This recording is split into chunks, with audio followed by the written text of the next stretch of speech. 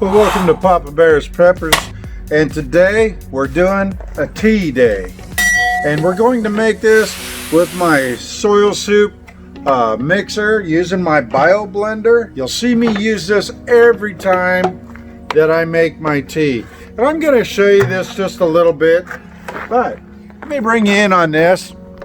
I wanted to show you this. Now, first and foremost, don't get me wrong.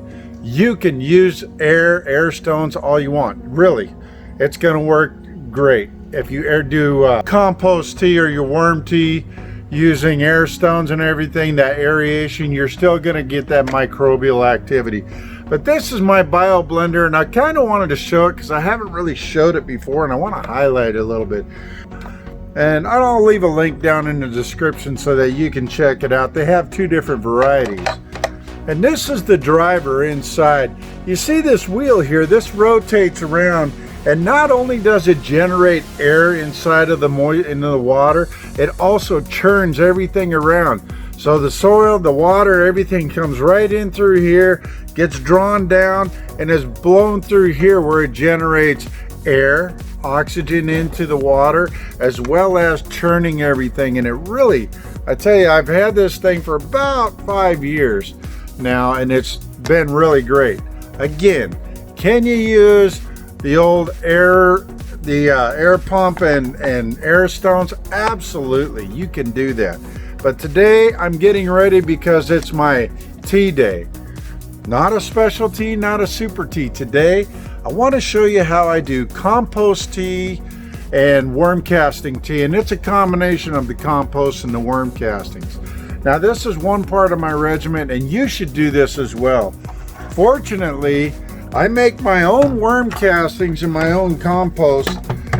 And simple thing that you can do, folks, I highly encourage everybody to do red wigglers. So you do little worm castings and make your own, because, man, I tell you what, as much as worm castings could cost, you can generate your own. Now, when I make my worm castings, I use very organic, but also very clean things. I use my cocoa core, and I use in my ground papers. I get newspaper and clean paper. You can use, you just got to make sure you don't have the inks inside of there, the shiny paper, because it just doesn't break down when the worms are using it. I feed them my scraps and everything else. So I have some really, really good worm castings, and I generate those throughout the year. I have 4 buckets of worms back here in the back, and I'm going to take you back there just so you see. I'm going to fill this up with water, and I'm going to show you what I do when I talk about filtered water and how simple it can be. So let's go ahead and we'll take a walk, and we'll come over here. This filter that you see right down here, it comes in from the water and goes out to my raised beds. So that inline filter, and these are RV filters, folks. I pick them up at Walmart, and it's a carbon filter, and it just basically takes out a lot of the particles and a lot of the chlorine out of your water. My water ends up pHing consistently at 7.05. And here's where they come in a 2-pack. So what I do is, this is the one that I fill all my buckets with. And it, again, this is just your standard RV KDF carbon filter. And so it's a RV filter which you can use on any garden hose. And all you do have to do an initial flush. So I'm going to fill this up. This is actually a 7-gallon bucket. But if you fill it up all that way, when you start generating your tea, you're probably gonna overfill it and it's gonna run out. So I usually go about 6 gallons in this.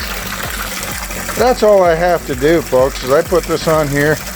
I water the plants all around here. All of these plants, I use this filtered water. That's, when you hear me reference the filtered water, this is what I use, is this Micron carbon filter. Just cleans it up. It's not exactly 100% distilled, purified, but I tell you what, I only have 40 parts per million, and my pH is running right at 7.05. Again, get these at Walmart. I think they're two for $21 or something like that.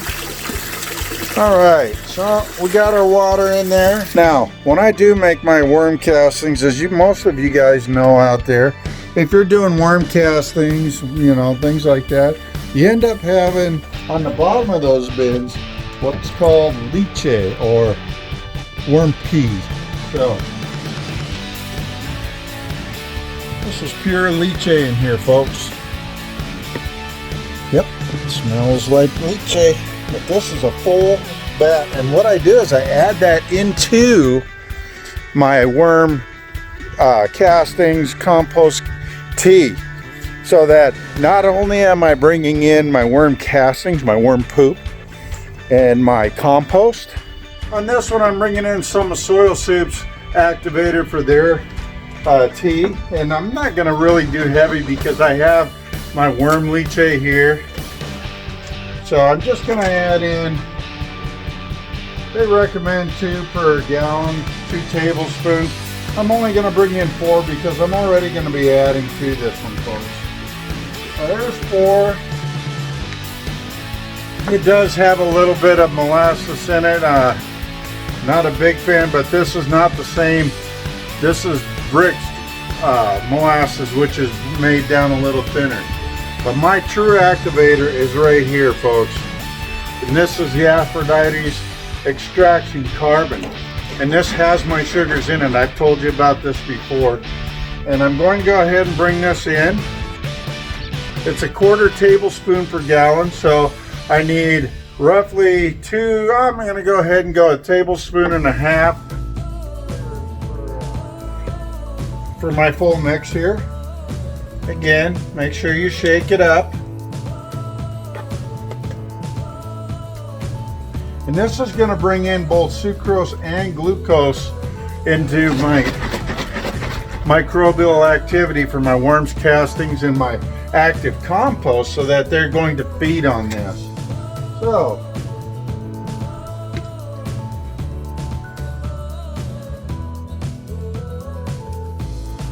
we're done with that. I'm going to go ahead and bring that, we'll call that good. And I'm going to bring in 1 cup of my leachate. I should say 1 Dixie cup. I'm just going to bring in some of my leachate, bring it in, pour it in. That's just straight. Now, I will say when I get done doing this mix that I can cut it, and I do. I usually, well, once I get done doing this, I'm going to get done, let it go for 24 hours. And when I come back, I'm going to take what I have in here. This is just my worm castings compost tea, along with some of my Aphrodite's extraction carbon, which is my activator. And I'm going to go ahead and bring in my compost and my worm castings. So I can still lift up the handle. So I come around, come up through it like so.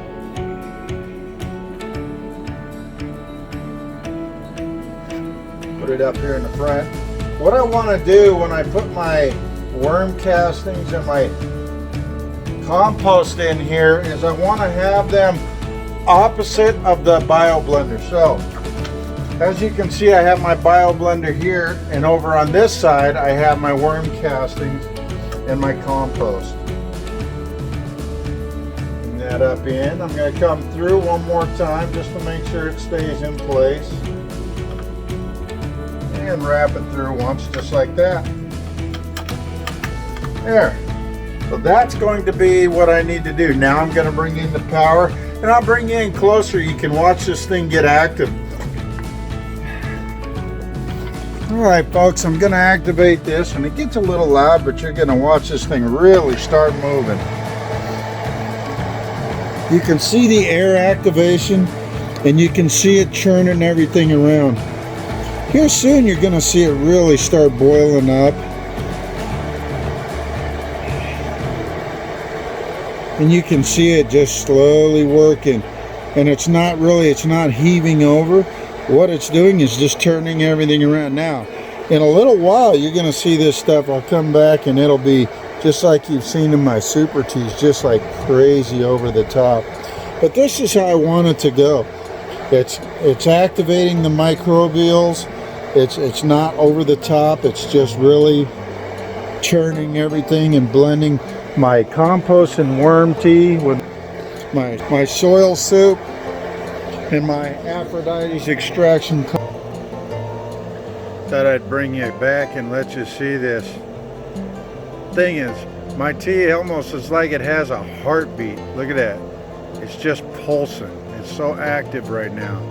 With that churning it and then all the air that it's producing. Watch it. It's just pulsing. That's a bio blender. Here's what that looks like. And in that short amount of time, it's rising up. When I do my tea, I tend to leave it out here because as much as I try, it still likes to overflow. It gets so active with that bio blender that I have to do that. There's that new soil soup is where the company where I get my bio blender from. Watch this, it's like pulsing. Carbon, very simple. Now, I'm going to be honest, folks. This can be even simpler. You can put in compost and worm castings and put it in there and blend it up. But you got to have some kind of an activator. If you choose to use molasses, I would highly recommend you look for maybe a Brix molasses. A Brix molasses is not as complex. Yes, you can use the stuff off the shelf. However, when that gets down there, it's hard for the plants. It doesn't break down. It takes a while for regular molasses to break down. Now, folks, there is different ways to do this. I know people that when they do their teas, they just put it in there and let it steep and they keep turning it over. This is my method. I love the aeration process. I love churning it and making the microbes active. Now, I know that I do these feedings all the time. I still do just straight tea because I'm still bringing in microbial life into my soil, and that's the key. You want a really strong system, you want good strong roots, you feed the roots, you feed the soil, and that feeds the roots. And that's what I'm doing. Now I'm doing my tea. I've done 2 feedings, and now I'm going to come at it with a tea. And that's going to help bring in and reinvigorate that microbial activity in my soil that's already there. You can see it starting to get active there. But by doing that and feeding your soil, you're going to feed your plants.